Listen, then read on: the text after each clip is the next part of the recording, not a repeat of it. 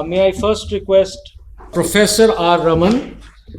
He happens to be the director of the Center for Natural Farming and Sustainable Agriculture, Faculty of Agriculture, Annamalai University. Good afternoon to all my fellow speakers and delegates. National Science Day wishes and greetings to you all. So my topic is natural farming. So the Annamalai University started in the year 1929 and the Faculty of Agriculture started some 65 years back, and recently 2 years back only we started the center for the benefit of farmers to enrich the soil health. With this aim only we started the center. We all know that the major issues with the modern agriculture, the depletion of organic matter, especially in the soil. Organic matter is like a jewels of the soil. So recent years, after 1960s when we started this modern agriculture with the chemical and all that, most of the soils are losses is organic matter content. Originally, the virgin soil should contain around 5% organic matter content.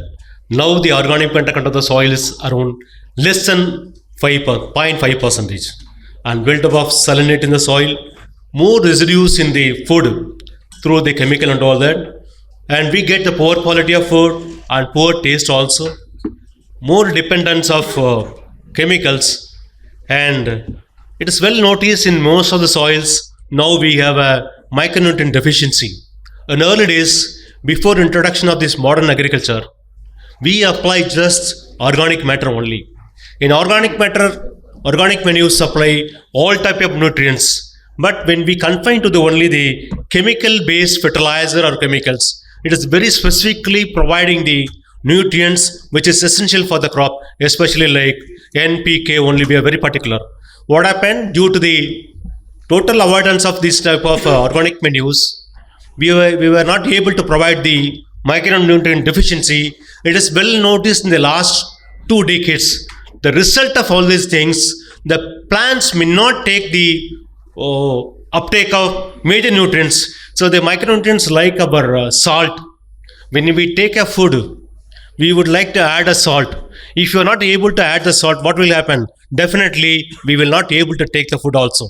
So the micronutrient plays role like a salt in the food. And that is what the central government and the state governments, they are focusing on more on natural farming. Natural farming is not new to us. We have practiced natural farming from the history onwards. It has started only the modern agriculture started due to the population increase, food demand. Based on that only, we introduce all the chemical based inputs. So that is the reason we are having issues.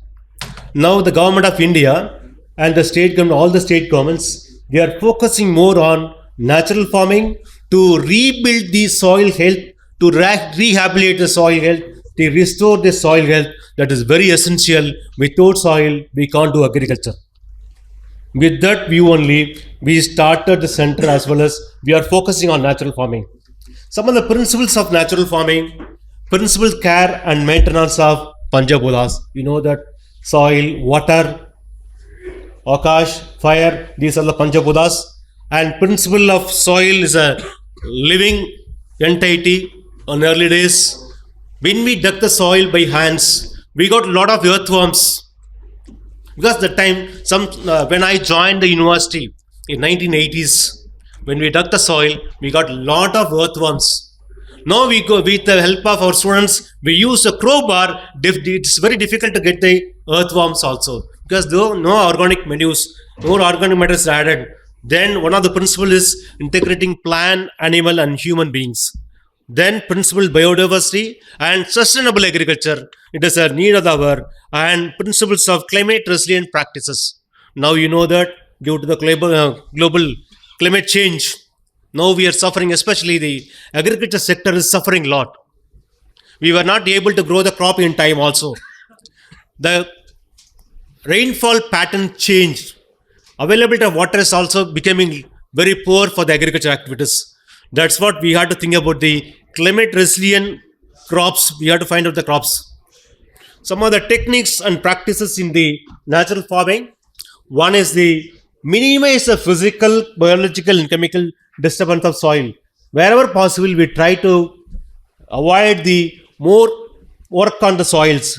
Keep the soil covered with the help of any metals, vegetations, or we can go for the mulching materials. The thing is, when we cover the soil, we can make two benefits. One is the crop will be free from the weeds, and we can also maintain the soil moisture to the greater extent also. Then integrate the animals into the farm as much as possible. And now we are very particular to use the farm inputs, bioformulations. Some other important technology suggested for the natural farming: zero tillage or minimum tillage. When we use for the continuous tillage or heavy tillage, that make the soil in a very cloudy conditions also. And traditional varieties, crop rotation, that's very important. Also, we are recommending the people, because when we grow the long duration crops always need more spacing on top, and especially in the early days, the crop growth rate is very less.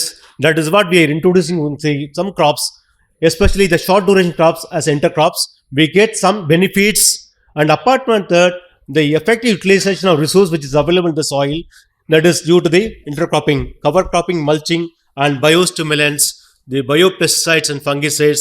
These are all recommended for the natural farming in the recent days. Soil organic matter is a prime indicator for the soil health. It make the soil very viable nature, very lively conditions, food source for the microorganism. When the soil is having sufficient organic matter content, it's a source for soil organisms. Highly decomposed organic matter, which provide the storehouse for the exchangeable and available cations, act as a buffering agent which check rapid chemical changes in pH and create a granular condition of soil which maintains favorable condition for aeration and permeability, increase the water holding capacity, that is very important, and reduce the surface runoff, erosion to the greater extent. Some of the soil organisms are involved nearly every aspect of soil quality. It improves the structure and aggregations. It is also improve the organic matter content. Decomposition is rapidly done with the help of soil organic matter. Nitrate leaching is also reduced, and nutrient recycling is also benefited by all these things. Soil organism can be grouped into on the basis of size, how big they are, species, who they are related to, function, how they make their living.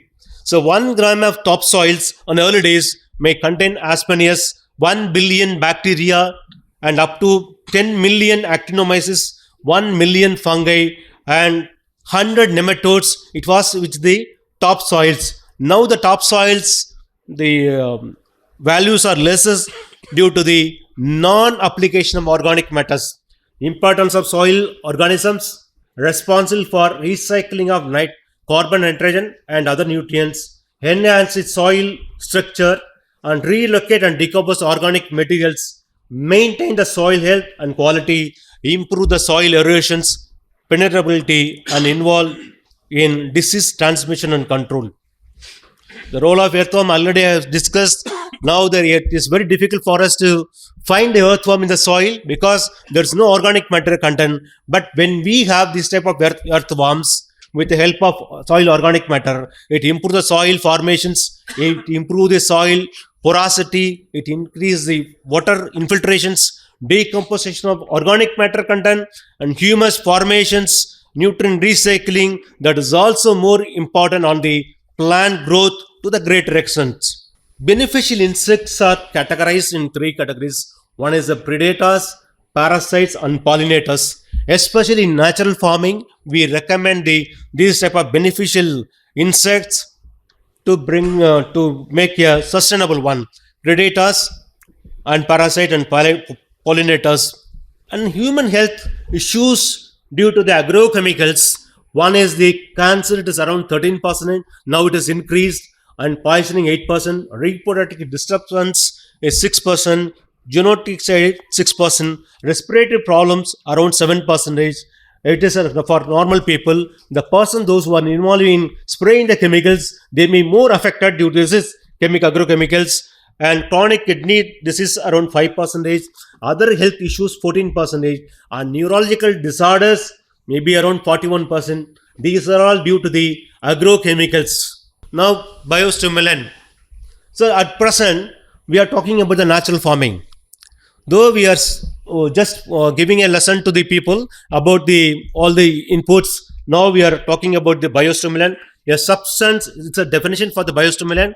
It's a substance or microorganism that when we apply to the seed, plant or rhizosphere, stimulate the natural process to enhance the benefit, nutrient uptake, nutrient efficiency and tolerance and biotic stress and crop quality and yield. These are some of the these are the plant biostimulants, types of bio inputs. One is for the plant growth and nutrient management, another one is for the plant disease and pest management. The benefits of it is already known to you, like nutrient uptake, nutrient use efficiency, and biotic tolerance and crop quality and yield. These are some of the major impact of the biostimulant: root structure and growth, nutrient use efficiency, water use efficiency is increased, and stress tolerance also there, and induced systemic and disease tolerance. These are some of the biostimulant benefits, sustainability and the biostimulants. We have conducted so many trials for biostimulant in our university. So all the trials increase the yield on all the yield characters by 20 to 30%. We have conducted more than 15 crops supported by some of the companies, more than 7 companies linked with us. We are doing the field efficacy. It is actually last 2 days we have I heard about that. Field efficacy is one of the base for your registration and all that. We are doing the work for the companies. So from this work, we got an excellent result. So actually, the Vipinsi asked me the advocacy role in promoting the biological inputs. These are some of the advocacies. As per his request, we have given some of the advocacies, and we had to go for a periodical sample of the nutrient availability, of creating awareness of the product to the people, and conducting field evaluation study with the agriculture university. We must have a brand name which catchy and easy to remember by the users. Local level workshop for the farmers, approach to the farmer production company, periodical monitoring evaluation, rectify the shortfalls, and bulk purchase and rectify the shortfalls, maintain the quality of the produce. That's very important.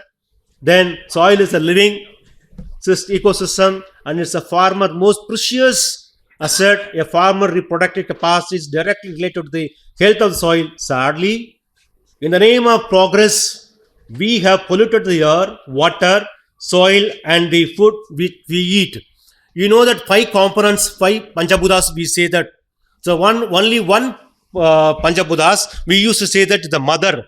We mother earth, we call the earth as a mother. We call her mother as she gives everything to us, but what we give her back. She gives us a food, but we give her garbage. She gives us a water, but we give her sewage. She gives us oxygen, but we give her carbon dioxide. She gives us a medicine, but we give her a sickness. She gives us a chemical, but we dump on her toxic waste. She gives us metal, but we have metal scraps. She gives us a forest, but we give her a concrete jungles. She gives us a petrol, but we give her a plastic waste. She gives us a gold to visual ourselves, but we bombard and despair. Though all of us know that we are not here without her, found over. Enrich the soil, enhance the crop yield, ensure the healthy food. The future belongs to the nations who have a grain, not the gun. With this, thank you everyone for the patient hearing. And I want to thank Dr. Mr. Vipinji for including us as an academic partner for this BASAI event. And he has also invited me as a speaker for this event. Thank you, sir. Thank you. Thank you, Dr. Frankly speaking,